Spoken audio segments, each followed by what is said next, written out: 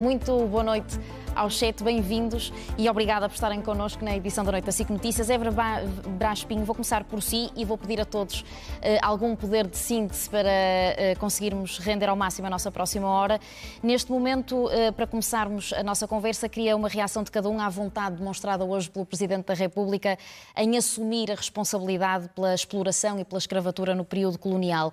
Prometeu ver como é que se pode reparar isso? É um pedido claro para que este debate se abra? Parece-me, de facto, um pedido para que este debate se abra. Aquilo que me parece é que nós temos, obviamente, que aprender com o passado, olhar para as coisas como elas foram e perceber como é que podemos construir daqui uma sociedade melhor. E falamos de 25 de Abril, portanto, acho que é um bom momento para dizer que é bom não estarmos orgulhosamente sós, mas sim em cooperação com os outros países, nomeadamente com a CPLP, e começar por promover intercâmbios com eles, seja de conhecimento, negócios, trazê-los para cá, irmos lá, promover estas relações, e sim, é o principal, construirmos boas relações daqui para a frente. Joana Sá Pereira, no discurso do 25 de Abril de 2021, Marcelo Rebelo de Sousa sublinhou os perigos dos revisionismos históricos, disse que é uma missão ingrata julgar o passado com os olhos de hoje. Como é que analisa esta evolução no discurso do Presidente da República, que agora avança para esta ideia de reparação histórica? Eu julgo que um exercício também de homenagem ao período que estamos a viver, com intensidade de um marco de 50 anos, não merece que façamos esse revisionismo histórico, nem reabrir feridas que estão fechadas, estão saradas e, portanto, parece-me que nesta altura o mais importante é respeitar aquilo que foi a nossa história, naquilo que foi de bom e naquilo que teve também de menos bom, e nós temos esse processo fechado, sarado, temos uma grande relação, como foi dito, com os nossos países irmãos de língua portuguesa, e essas relações não podem ficar nunca beliscadas por um reabrir de uma história que está encerrada, e agora há que falar de futuro, como dizia a Eva, temos muito para construir com os nossos irmãos de língua oficial portuguesa. Rita Matias, concorda que Portugal deve assumir responsabilidades pelo seu passado? Acha que o Chega aprovaria uma declaração oficial de Portugal com um pedido de desculpas, por exemplo? Antes de mais, muito boa noite a todos. Dizer que é lamentável as declarações do nosso Presidente da República, que vai recuperar a teoria pós-colonial dos anos 70 das ciências sociais, da nova esquerda, uma teoria que hoje em dia é chamada woke, e não se percebe porque é que Marcelo Rebelo de Sousa vai buscar estes temas que, na verdade, reacendem feridas que não estão saradas. É porque Portugal tem cerca de 600 mil retornados, pessoas que vieram com uma mão à frente e outra atrás dos territórios africanos, que chegaram cá e foram mal integradas. Aliás, sou neta de retornados, mas sou também neta de antigos combatentes, jovens como nós, que foram forçados a travar uma guerra que não era sua, uma guerra que não desejaram. Muitos deles perderam a vida em África e há muitos que ainda jazem em África. E Marcelo Rebelo de Sousa é filho do governador-geral de Moçambique, ainda durante o período da guerra, e, portanto, tinha responsabilidade de fazer mais, de fazer melhor e, acima de tudo, de não desrespeitar. Olha, mais que não seja a memória dos seus antepassados, pelos vistos está com problemas nas suas relações familiares, mas acima de tudo não insultar também a memória coletiva dos portugueses, a memória dos nossos avós, porque estou certa de que muitos de nós somos descendentes destes que foram esquecidos e que 50 anos depois muitos teimam em apagar da nossa história. Alma Rivera, a celebração do 25 de Abril, neste caso dos 50 anos do 25 de Abril, é uma boa altura para abrir esta discussão, tendo em conta a ligação próxima que tem ao colonialismo?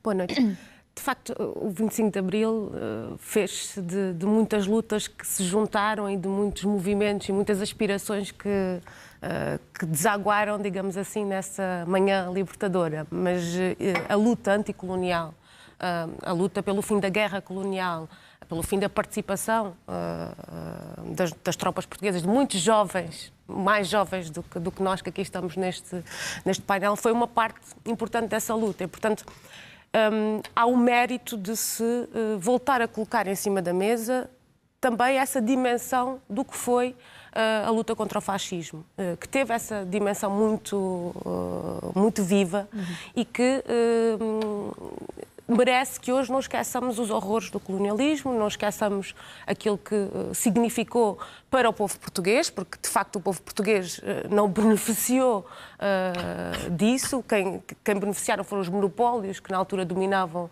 a economia portuguesa, na altura e em grande parte voltam a dominar, e deixaram também muitas marcas e muitas feridas naqueles que combateram, mas também deixaram enormes feridas e enormes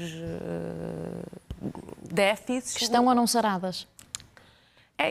Nós estamos a comemorar 50 anos depois do 25 de Abril. Nós estamos a falar de uma realidade que é, do ponto de vista histórico, recente. Ainda há muita memória viva do 25 de Abril, ainda há muitas pessoas que o passaram, que o viveram.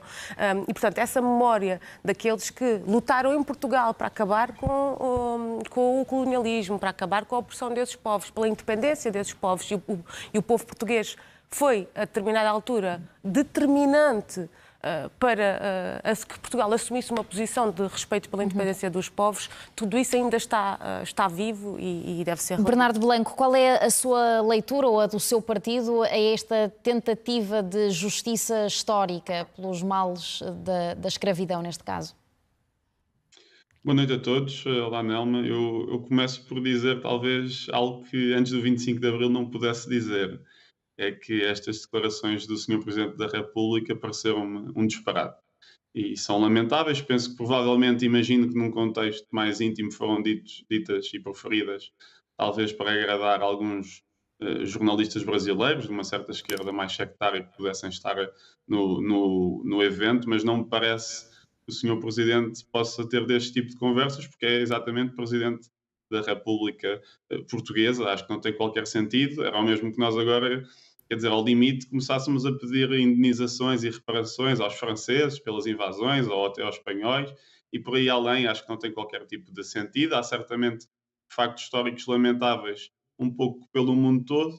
Não nos cabe a nós, que somos indivíduos, que nascemos séculos depois disso, estar aqui a pagar pelo que outros indivíduos fizeram há muito mais tempo. Não nos cabe a nós estar aqui a reabrir a história. E é mais um episódio. Hoje também se soube, na mesma sequência, de outro. Eu até diria que o Sr. Presidente da República é que tem de começar a pensar como é que vai pagar e como é que vai reparar o dano que tem feito às instituições democráticas. E hoje aquilo que proferiu e que disse, não disse hoje, mas soube hoje, sobre o Primeiro-Ministro é completamente vergonhoso e não pode, obviamente, ser dito. Isso já são outras declarações. Vamos tentar focar-nos nestas sobre o 25 de Abril. Isabel Pires, este é um debate que já tem sido aberto nestes últimos anos, não propriamente em Portugal, mas agora o Presidente da República ainda avança para a hipótese de compensações. Qual é a ideia do Bloco de Esquerda sobre este tema e sobre este debate? Boa noite a todos e a todas. Eu recordo que já no discurso de 25 de Abril de 2023, portanto, o ano passado, Marcelo Rebelo de Sousa levantou questões muito semelhantes a estas. Parece-me que escusamos de estar aqui com algumas insinuações sobre de onde é que este tipo de debates vem, quando nos basta olhar, por exemplo, para aquilo que está a ser feito em França, Alemanha, Bélgica, Holanda, onde este tipo de debate já tem sido, já está mais estruturado, já tem tido mais tempo. Por exemplo, em França, além da questão da restituição, por exemplo, da questão das obras de artes, que é sempre uma parte muito falada, também existem comissões para a redação de uma história em comum, porque verificamos isso até na nossa própria história, a tendência de se esquecer aquilo que foram efetivamente os horrores da era colonial, da própria guerra colonial e daquilo que foi feito nas colónias. França já está a fazer esse debate, a Holanda, existe um fundo de reparação de 300 milhões de euros e, portanto, poderá haver aqui vários formatos. É um debate que eu acho que deve ser feito, mas a verdade é que o Presidente da República o diz de uma forma muito desapegada do que quer que seja ou de qualquer proposta prática que exista, até porque creio que o Governo, independentemente de quem esteja no Governo, deve ter um papel nisso. Agora, acho que é relevante... Isabel, desculpe interrompê-la, aquilo que tanto Bernardo Blanco como a Rita Matias aqui falaram de tentar agradar a uma nova esquerda ou uma esquerda mais sectária, isso faz sentido para si?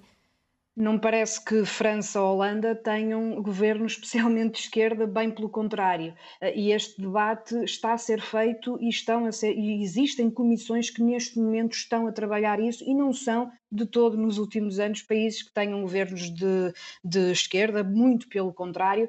Aquilo que existe, creio eu, e que deve ser feito um debate na sociedade portuguesa de como está a ser feito na sociedade de muitos outros países, é de facto olhar para a história e perceber efetivamente aquilo que foi feito, e a questão da restituição ou das próprias comissões para a redação de história em comum são exemplos muito interessantes que eu acho que nós temos que olhar e temos, enquanto sociedade, todos pensar como é que estas matérias são discutidas e como é que elas eventualmente podem ir avante, porque estamos, de facto, como foi dito aqui, nos 50 anos do 25 de Abril, onde o colonialismo teve um papel brutal nestas comunidades, mas também para aqueles que foram obrigados a ir para uma guerra colonial sem qualquer outra opção, e, portanto, esses debates são sempre seguramente importantes, porque têm a ver com a memória, que é importante preservar.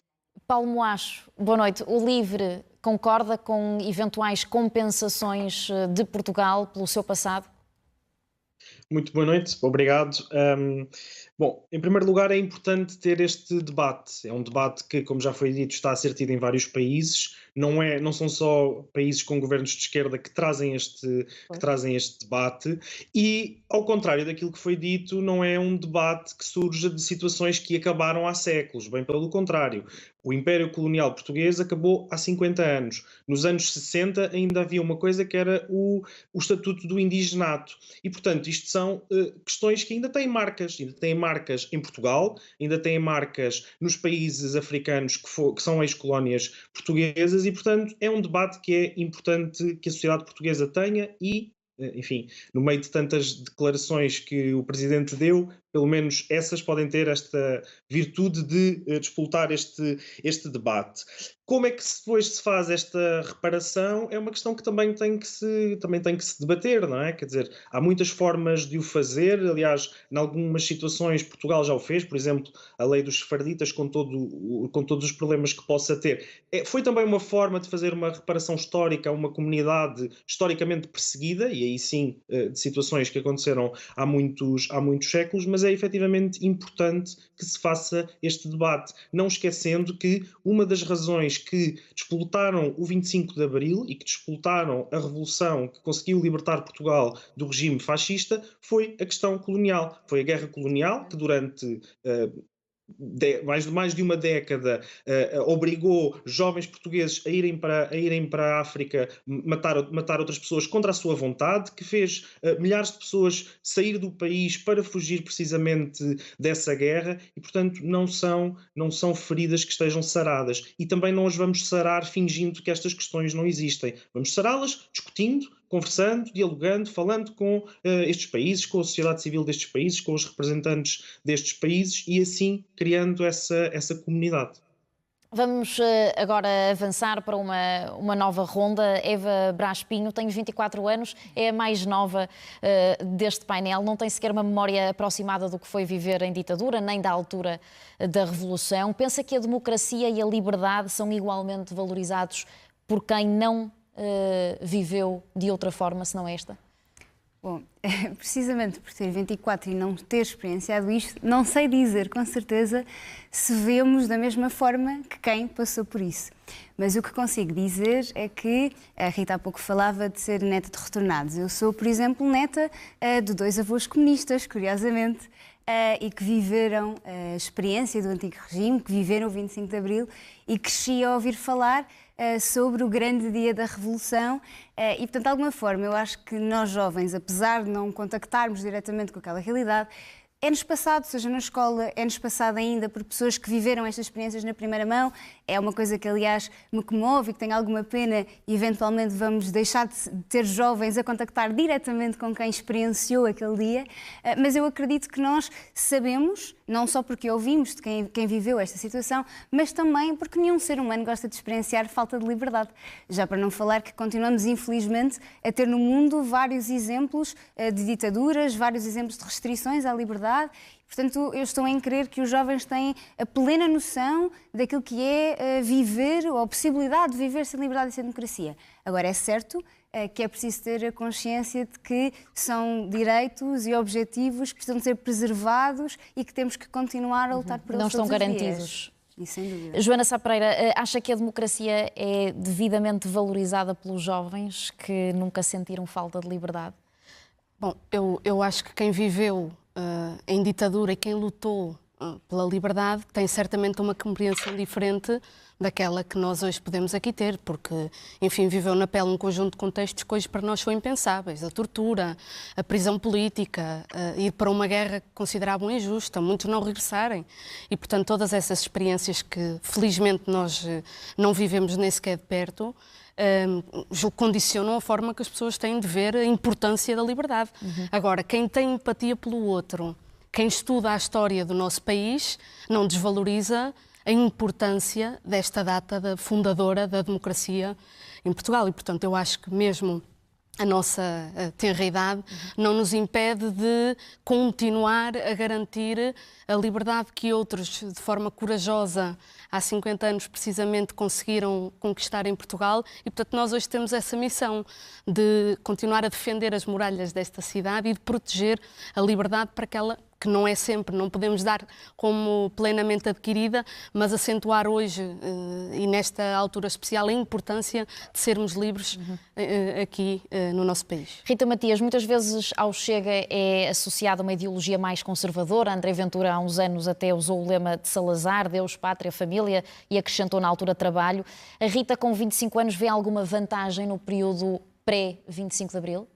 Bom, antes de mais, permita-me fazer um comentário. Estamos aqui a debater os 3Ds de 25 de Abril. Começámos pela descolonização e eu não resisto a dizer que, de facto, se as marcas que falávamos dos países africanos ainda perduram nos dias de hoje, são as marcas da pobreza e, acima de tudo, são as marcas de termos abandonado as províncias ultramarinas e de termos permitido que as milícias africanas, comunistas, terroristas, fossem promovendo guerras civis, matassem entre os seus e, portanto, promovessem um clima de terror, e isto é preciso ser dito e, infelizmente, 50 anos depois não tem sido plenamente debatido e os nossos retornados e antigos combatentes clamam por essa voz e por isto talvez se revejam tanto no Partido Chega, que tem feito bandeira todas estas matérias.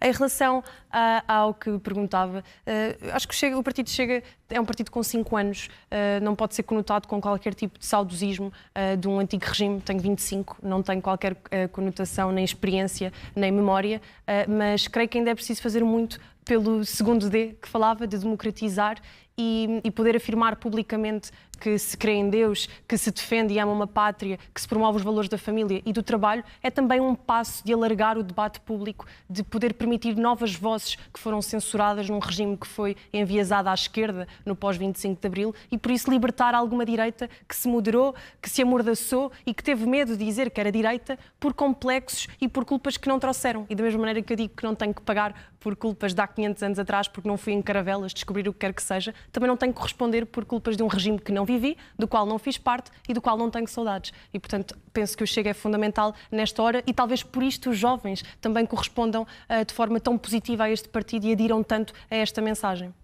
Alma Rivera, uma sondagem recente do ICS e do ISCTE para a SIC mostra que 75% dos que elegeram o 25 de Abril como o mais importante facto para a história de Portugal são de esquerda.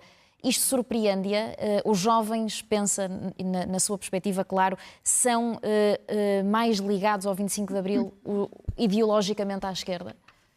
Eu julgo que o 25 de Abril acaba por ser um acontecimento maior até do que a forma como cada um depois se identifica e como é que se considera, se posiciona ideologicamente. Julgo que há uma identificação geral da população. A juventude, ainda por cima, hoje enfrenta alguns desafios e problemas que, se olhar com atenção e com algum conhecimento daquilo que foi a Revolução de Abril, irá encontrar semelhantes expressões, quer na luta pelo direito à habitação, à saúde, à educação, enfim, à escola democrática inclusiva. São lutas e exigências que não ficaram paradas na história, que continuam atuais. E por isso essa identificação também é natural, na medida em que também hoje a juventude se expressa e procura fazer frente e combater discriminações, combater ideias retrógradas, combater aqueles que olham para a juventude instrumentalmente, sem lhes dar ganhar o seu espaço e a sua possibilidade de se afirmar e de decidir aquilo que lhes diz respeito. E, portanto, de facto, essa identificação é muito natural. É muito natural hoje perceber, independentemente se o jovem se considera mais de esquerda ou mais de direita, e julgo que, eventualmente, à esquerda se cultiva também mais a memória do que foi o antes e das transformações que ocorreram. Há um sentimento muito grande ainda de identificação popular que se vai ver, está-se a ver hoje à noite e vai-se ver durante os próximos dias. Eu queria apenas um aspecto a propósito precisamente da questão da descolonização, porque essa não é uma discussão do passado. As relações colonialistas, as relações de opressão e as relações de poder de Estados sobre outros Estados, de povos sobre outros povos, são atuais também. E, portanto, o contributo que o nosso país também pode dar hoje é também de estimular relações mutuamente vantajosas, de cooperação com os outros Estados, numa perspectiva de igualdade e não de subjugação, seja ela política ou, por exemplo, através de instrumentos como a dívida, que é outra forma de subjugação de Estados. Bernardo Blanco, que ligação é que, na sua opinião, devem ter os jovens com o 25 de Abril? Um evento de heróis do passado ou devem envolver-se ao máximo neste dia, nomeadamente agora, nos 50 anos de celebração e amanhã em particular, claro? Bem, devem ter a ligação que quiserem. Acho que esse é também o espírito do 25 de Abril. Claro que, falando no meu caso pela Iniciativa Liberal, obviamente que o 25 de Abril marca o fim da ditadura, o início da liberdade, depois a democracia demorou mais alguns anos a consolidar-se, mas como é óbvio que é um dia sempre a celebrar por tudo o que significa, por todas as liberdades que não tínhamos, os direitos das mulheres que eram reprimidos, a censura que havia a tanta coisa, a produção de obras literárias, aos teatros, proibições de ajuntamentos.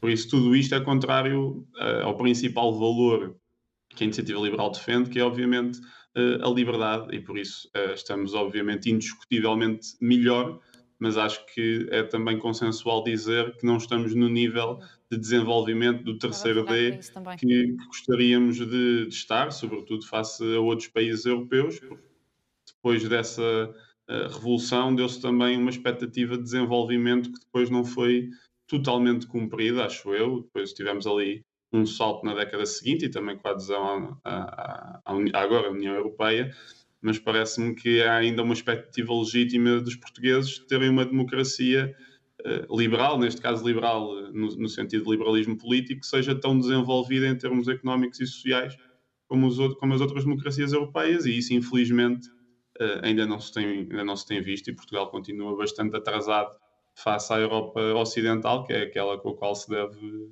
comparar. Sim, já vamos fazer também essa reflexão. Isabel Pires, pelo olhar de quem já nasceu em democracia, de quem não conheceu outra realidade senão a liberdade, qual é o valor que lhe é dada, na sua opinião?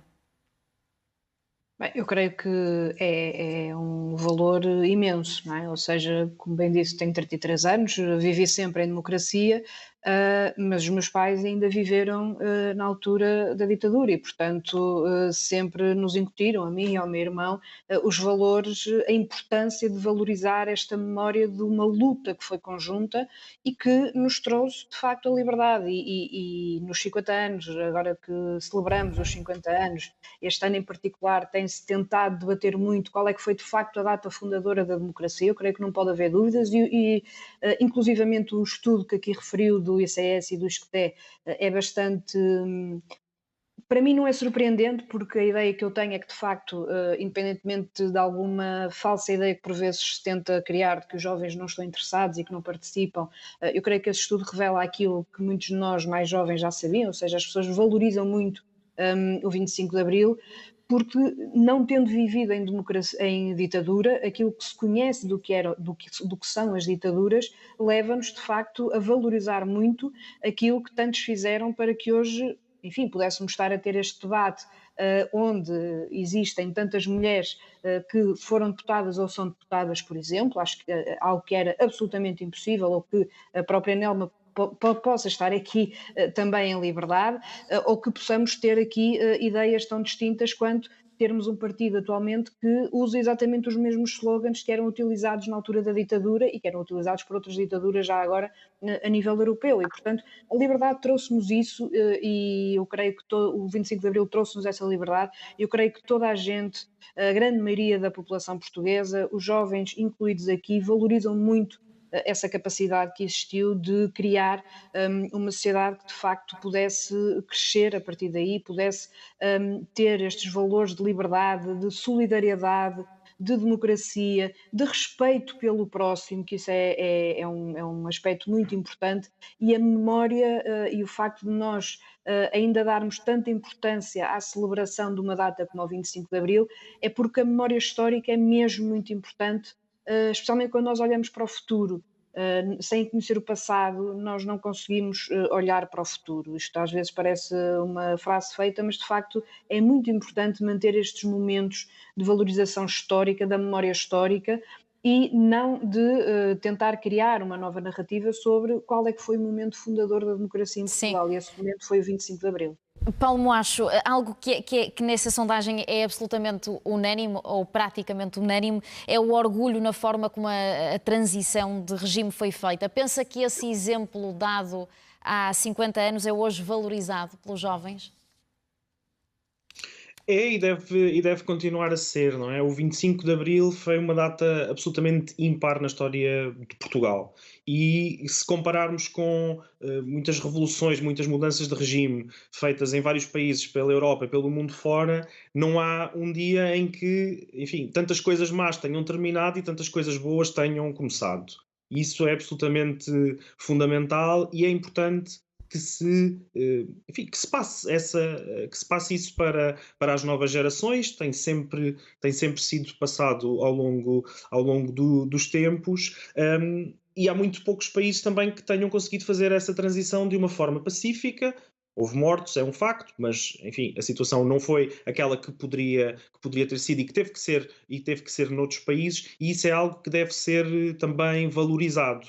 Agora, falar do 25 de Abril não deve ser só falar do passado. É importante falar do passado, ou seja, é importante recordar aquilo que existia antes e aquilo que existiu depois do 25 de Abril, a forma como foi feito. A questão da memória é essencial, mas manter este espírito vivo é falar do futuro. É falar daquilo que também interessa aos jovens e interessa às pessoas. E progressos que foram feitos nestes últimos anos. Vamos também ao que ainda está por ser feito. Eva Brás Pinho, foram profundas as mudanças que ocorreram ao longo deste meio século, isso não há dúvida. Este retrato mais recente e divulgado hoje pela Pordata revela um aumento significativo da instrução e ensino superior, muito mais mulheres empregadas, bastante menos mortalidade infantil, muito mais profissionais de saúde, maior esperança média de vida, e há outros indicadores que também já vamos aqui discuti-los.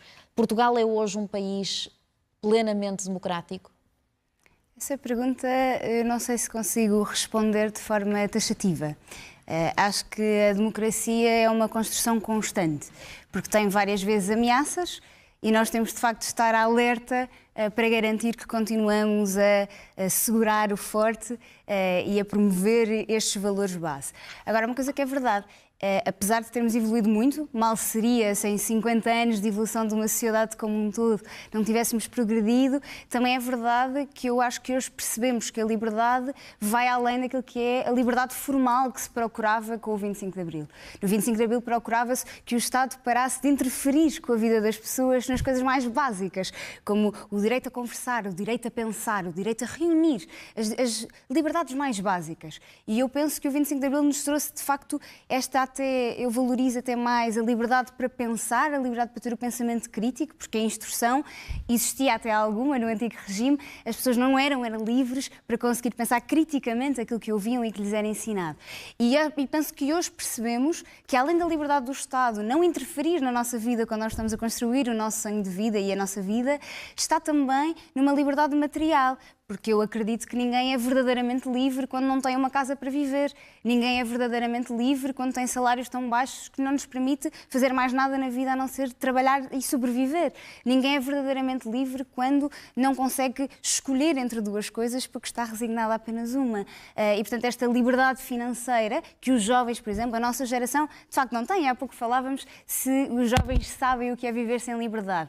Eu penso que os jovens não sabem o que é viver sem liberdade formal, mas sabem o que é viver sem liberdade material, sabem o que é viver sem ter, de facto, margem para sonhar aquilo que é o seu projeto de vida. E portanto, eu penso que, apesar de termos progredido bastante, ainda há muito caminho a fazer. Aliás, e só a rematar com isto, uma das grandes vitórias do 25 de Abril, que a mim me toca particularmente, é, de facto, os avanços nos direitos das mulheres, mas a verdade é que nós ainda temos muito pouca representação feminina nos espaços de decisão. Este painel, felizmente, não é um caso, mas sabemos que ainda há muito caminho a fazer nessa área. A Joana Sá Pereira há pouco estava a mencionar o que há de positivo neste estudo, mas não é tudo positivo. Portugal é dos países que mais perde jovens, tem cada vez menos bebés a nascer, quase um quarto da população portuguesa tem mais de 65 anos. Na União Europeia, Portugal passou de primeiro país com menos idosos por jovens para o segundo com mais idosos por jovens. Neste aspecto, o que é que está a falhar? O dado de termos, por exemplo, as pessoas terem mais 14 anos de esperança média de vida do que acontecia há 50 anos, revela que nós temos um sistema de saúde e um sistema de proteção social que tem dado a estas pessoas condições para viver mais anos. E, portanto, eu não podia estar mais em desacordo com aquilo que foi a intervenção da Eva relativamente à forma como vê uma interferência do Estado na vida das pessoas. Se o Estado interferir na vida das pessoas é dar cuidados de saúde, é dar educação, é dar um sistema público de pensões, eu quero que o Estado continue a interferir na vida das pessoas para garantir os cuidados de saúde básicos que são importantes. Nelma, nós há 50 anos não tínhamos salário mínimo nacional. Isto hoje parece uma aberração, mas cada patrão pagava o que entendia aos seus trabalhadores. Portanto, nós hoje temos salário mínimo nacional, temos rendimento social de inserção para quem não consegue encontrar um emprego. Nós hoje temos creches gratuitas e nós hoje temos um conjunto de condições que permitem às pessoas viver melhor. Isso é inegável. Se está tudo feito, como a Nelma dizia, não. Há muitas coisas que nós temos que melhorar, na habitação, no futuro para os jovens. Sobre a habitação, quer dizer, nós hoje temos mais de 3 milhões de casas e, portanto, há um caminho que está a ser feito. Não está tudo cumprido, obviamente. Agora, não podemos é travar esse progresso. Porque hoje aquilo que está em cima da mesa e a discussão que hoje aqui fazemos é também sobre se queremos travar este progresso ou se queremos que ele seja mais rápido ou mais lento. E essa é que é a discussão que nós devemos fazer. O que é que precisamos para impulsionar o país?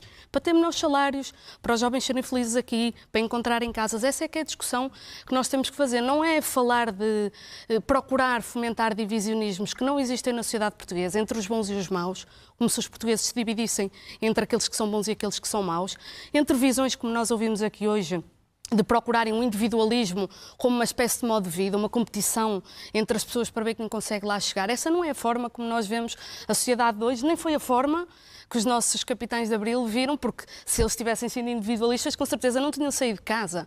E, portanto, esta forma de olharmos para a sociedade como um todo e de olharmos para os problemas dos outros como os nossos problemas também, faz de nós uma sociedade mais forte e mais preparada para enfrentar os desafios que a Nelma falou e que são importantes. A Joana falou em 14 anos a mais de esperança média de vida, penso que não, são 6 para os homens e 7 para as mulheres. É só para também não darmos demasiada... Mais anos de vida, não é? Mais anos de vida. Mais 14 anos de vida. A esperança média de vida aqui diz-nos que dos homens aumentou para mais 6 anos e as mulheres mais 7, mas a média que estão a dar, de facto, é superior. Rita Matias, o estudo mostra que as famílias hoje são mais pequenas, que há muito menos casamentos, mães cada vez mais tarde. Qual é a sua leitura sobre esta mudança?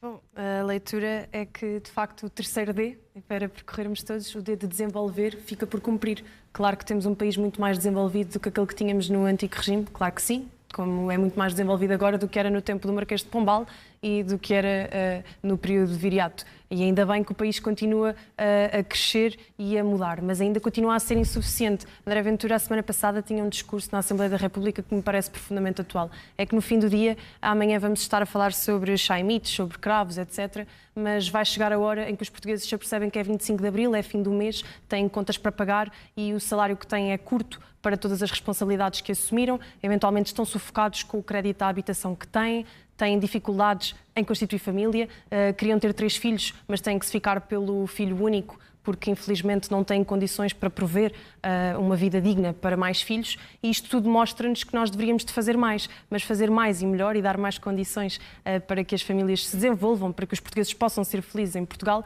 começa também por credibilizar as instituições democráticas e garantir que quem usufrui e quem, aliás, desempenha cargos públicos faz essas funções num modo de serviço e não para servir a si próprio. E neste sentido há assim uma separação entre bons e maus, porque nem todos os nossos políticos que desfilaram pela Casa da Democracia nos últimos 50 anos estiveram lá para servir os portugueses. E é preciso dizer que o índice de democracia em Portugal tem decrescido. O índice de corrupção tem aumentado, a percepção de corrupção nas populações aumenta e, portanto, os portugueses confiam cada vez menos nas instituições porque se sentem traídos. Eu ouvia há pouco um testemunho sobre o 25 de Abril, sobre a madrugada de esperança e sobre o 1º de Maio. Que bonito que era, que os portugueses abraçavam-se na rua e sentiam que tudo realmente ia mudar. Mas estas pessoas, que hoje têm idade para ser meus pais, eventualmente avós, sentem-se traídas e esquecidas porque aquela esperança toda que lhes foi depositada, 50 anos depois, não foi plenamente concretizada. As suas vidas não foram plenamente libertas, ficaram estagnadas, o elevador social parou, o Serviço Nacional de Saúde estagnou, a escola pública deixou de servir plenamente os portugueses e, infelizmente, isto é preciso ser dito para continuarmos a aperfeiçoar a nossa democracia. Portanto, não está consolidada, nós temos que fazer mais, temos que fazer melhor, mas é preciso colocarmos sem problemas aquilo que são as dificuldades dos portugueses na mesa, sem estigmatizarmos e dizermos que isto é divisionismo. Não, é um debate que tem que acontecer, porque isto é que permite o descontentamento e o afastamento dos portugueses, eventualmente, nos atos eleitorais. Queria Alma, eu queria dizer, porque eu acho que é importante clarificar, porque isto às vezes baralhar tudo e voltar a dar, depois acaba por não ajudar, acho eu, à clarificação dos factos. E o 25 de Abril, de facto, não se fez por todos. Fez-se por uma larga maioria, mas fez-se contra uma minoria que era privilegiada, que tinha domínio sobre os setores da economia, tinha o domínio político, corrupta, em que havia uma enorme promiscuidade entre os setores económicos e políticos e, portanto, fez-se também contra isso, fez-se por uma nova sociedade. E, ao longo do tempo, esses setores não desapareceram. Eles não simplesmente se evaporaram. Esses setores procuraram recuperar posições, recuperar poder. E, portanto, se é verdade que no pós-25 de Abril também a força que o povo tinha permitiu as conquistas todas de que estamos a falar e que não foram oferecidas, porque também elas foram a pulso conquistadas. Aliás, o 25 de Abril vai tomando forma também, lá está, com o 1º de Maio, com outras ações que lhe deram o cunho e o caminho que permitiu a saúde, o SNS, que permitiu as mulheres ter os direitos que têm, que permitiu a habitação deixar de ser também um privilégio quando tínhamos 1/4 da população que não tinha condições de salubridade para viver, quando permitiu as crianças terem direito a ser crianças, enfim, tudo aquilo que nós consideramos os direitos do 25 de Abril, os direitos desse período histórico, eles não falharam por si. Aquilo que hoje falta cumprir é porque houve setores da sociedade que quiseram recuperar poder económico e poder político. E quando digo poder político, digo os setores que nunca se conformaram com a distribuição da riqueza, nunca se conformaram com mais direitos para os trabalhadores e, portanto, menos poder discricionário na mão dos grandes patrões. Tudo isso hoje é atual. Por isso, essa é uma luta que não está extinta, que continua muito viva, e são essas forças que hoje na sociedade, algumas procuram contribuir para a liquidação daquilo que o 25 de Abril conquistou e outros procuram aprofundar essas conquistas e torná-las realidade. Portanto, convém clarificar também que nem todos estão propriamente a lutar para que o 25 de Abril se cumpra. Bernardo Blanco, Ao nível da habitação, nestes últimos 50 anos, este estudo também da Pordata diz que duplicou o número de casas de residência habitual, mas sabemos que este é um dos problemas que ainda prevalece na sociedade portuguesa. Como é que este setor é importante para também dignificar a democracia?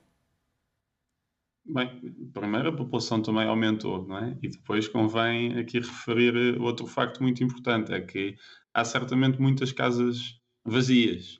Essas casas estão nas pequenas aldeias, nas vilas, nas cidades onde as pessoas saíram, muitas vezes, para ir, sobretudo, para o litoral. E por isso é preciso analisar as estatísticas sempre com algum cuidado. O que acontece, não querendo agora também tornar isto num debate da habitação, mas muito sucintamente, é que efetivamente hoje há uma procura mais concentrada, há mais procura em espaços, digamos assim, mais curtos, sobretudo as duas grandes áreas metropolitanas do país, e a oferta não tem aumentado. Há 20 anos construíam-se 100 mil casas novas por ano, hoje constroem-se cerca de 20 mil casas por ano, e por isso eu diria que é bastante seguro dizer que, por exemplo, na habitação, Portugal está hoje, se calhar, pior do que estava há 15, 20 anos. E por isso aí também merece, obviamente, uma reflexão. Eu acho que, em boa parte, o Estado tem sido um obstáculo à nova construção e por isso é um dos exemplos. Eu ouvi a Joana Sá Pereira a falar muito do papel do Estado. Olha, aí está um bom exemplo onde o Estado não tem sido um facilitador, tem sido exatamente o contrário e também não faz o seu papel quanto à habitação social. Temos visto, são muitas promessas e promessas, sobretudo do Partido Socialista, que governou nos últimos quase 9 anos, que iria construir muitas casas e as casas basicamente não saíram do papel. E por isso o Estado tem em si uma função quanto à habitação social que não tem cumprido, tem usado os proprietários através de congelamentos de rendas para cumprir essa função e depois tem sido um obstáculo à construção de novas casas e só com mais oferta é que os preços vão poder baixar. E isto é assim também noutros setores. Obviamente Portugal é hoje um país muito mais livre, mas há obviamente essa nota em relação a estarmos a cair em alguns índices democráticos, deve ser tida em conta. E eu acho que não somos totalmente democráticos em tudo. O sistema eleitoral, por exemplo, é um bom caso. A partir do momento em que 15, 20% dos votos não contam para eleger ninguém, basicamente, em que há 20% das pessoas que veem o seu voto desperdiçado, eu diria, quer dizer, posto no lixo praticamente, isso não é uma representação democrática, digamos assim. E há outros casos, quer dizer, eu concordo que a educação seja um direito, não concordo com o modelo atual, mas não posso aceitar que as pessoas não tenham o mínimo de liberdade de escolher sequer dentro da escola pública. Eu já nem digo com o modelo privado, mas nem na escola pública praticamente podem escolher, têm de andar a enganar o Estado, a mudar códigos postal, etc. Claro que temos mais liberdade, mas eu acho que estes são 3 bons exemplos que ainda há muita coisa a mudar. Uhum. Isabel Pires, o acesso à saúde também se generalizou, há muito mais profissionais de saúde, a esperança média de vida, como aqui já falámos, também aumentou. Qual é a sua perspectiva sobre o avanço neste setor em particular? Eu acho que o avanço na saúde, a questão do SNS, é um dos mais definidores da grande alteração entre o período do Estado Novo e a democracia. Se nós formos olhar para os índices de mortalidade infantil, para o tipo de doenças pelas quais as pessoas morriam antes do 25 de Abril e após, o facto de, aliás, ainda hoje em várias entrevistas ao longo do dia e várias peças jornalísticas sobre o que era o antes e o depois do 25 de Abril, muita gente só conheceu ou só soube o que era ir ao médico após o 25 de Abril, porque não havia esse acesso generalizado à saúde. E, portanto, isso fez com que nós, em relativamente poucas décadas, tivéssemos dado passos muito grandes comparativamente com outros países e mesmo no âmbito mundial do ponto de vista de saúde e da forma como nós hoje temos esperanças médias de vida maiores, temos um nível de mortalidade infantil ou à nascença muito baixo, etc, etc. Isto não significa que não existam problemas e nós, infelizmente, temos, nos últimos anos em particular, falado muito desses problemas e daquilo que está a afetar o SNS, não só enquanto serviço que é prestado, ou seja, com os problemas que existem associados às carreiras dos profissionais da saúde, às próprias instalações, muitas vezes, dos hospitais, mas, acima de tudo, há aqui uma preocupação grande sobre a questão do acesso ao SNS e à forma como as pessoas conseguem ou não aceder à saúde. E isso é uma preocupação que deve ser tida em conta quando nós debatemos o estado do SNS. Por isso é que também temos sido tão vocais e tão presentes nesta luta, porque de facto ela é absolutamente essencial para não regredirmos em muitos aspectos e infelizmente em alguns aspectos nós estamos a ver que essa regressão pode vir a ser possível se não houver, de facto, políticas que invertam esta lógica, não só de encerramentos, por exemplo, estávamos a falar da questão da maternidade. Nós continuamos, e assistimos muito isso no ano 2023, ao encerramento de maternidades. Ao facto de, em grande parte, ou numa parte considerável do nosso território, uma mulher não conseguir aceder ao aborto no SNS por várias razões, mas de facto o SNS tem que garantir esses direitos, nomeadamente na área da saúde. Depois queria só aqui acrescentar mais dois temas para terminar, onde eu acho que o 25 de Abril de facto fizemos uma evolução muito grande, mas onde temos desafios. A questão da habitação já outros aqui referiram, parece-me essencial, nós muitas vezes dizemos e temos ouvido muito, e é verdade, sem termos um teto seguro onde saibamos que consigamos fazer a nossa vida, seja ela querer ter uma família ou não ter, são as duas igualmente válidas, mas onde nós não conseguimos perspectivar, porque recebemos 1.000 euros, 1.500, até que tínhamos salários de 2.000 euros, não chegam para arrendar uma casa. E eu continuo a não conseguir perceber estes debates, e a Iniciativa Liberal em particular faz muito isto, não consigo compreender como é que se continua a fazer o debate da habitação sem se falar do preço da habitação e de como baixar o preço da habitação. Os últimos 2 minutos vão ter que ir para o Paulo Moacho, que não teve... Mas pode ficar para a semana, assim que quiser. Veremos. Os portugueses podem estar satisfeitos com a democracia, Paulo Moacho? Podem estar satisfeitos com aquilo que conquistámos e as diferenças relativamente àquilo que existia antes do 25 de Abril são abismais, não é? Quer dizer, nós tínhamos censura da imprensa, havia um partido único, agora neste momento temos liberdade de expressão, liberdade de imprensa, temos pluralismo e isso é importante.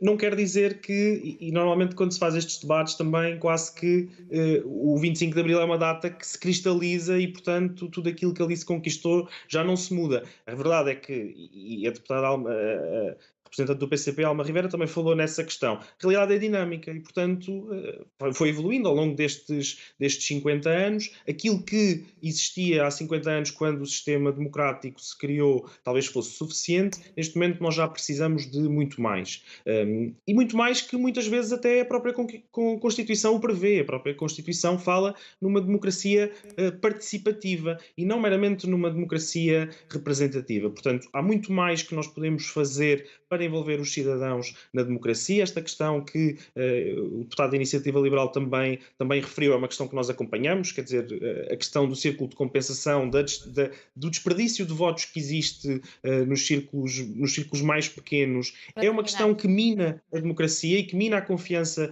dos cidadãos na democracia, porque têm constantemente esta pressão sobre eles do voto útil e de terem que fazer a escolha do mal menor, e é claro que isto, ao longo de décadas, a dada altura, aquilo que resulta é na viragem destas pessoas para discursos populistas e para discursos antissistema, porque sentem que esse sistema não os representa. E, portanto, 50 anos depois, para manter o espírito de Abril, aquilo que nós temos que fazer é, como dizia eu há pouco, é os debates do futuro. É como é que nós avançamos a nossa democracia, tal como no 25 de Abril de 74 aquelas pessoas a queriam naquela altura e, portanto, como é que nós a queremos agora, avançando, envolvendo as pessoas e criando esta evolução do próprio regime democrático. Já não temos mais tempo. Paulo Moacho, Isabel Pires, Bernardo Blanco, Alma Rivera, Joana Sá Pereira, Eva Brás Pinho, Rita Matias, muito obrigada aos 7 por esta reflexão sobre a valorização que os jovens fazem à democracia, o balanço dos progressos feitos nestes últimos 50 anos e o que ainda está por fazer. Obrigada aos 7.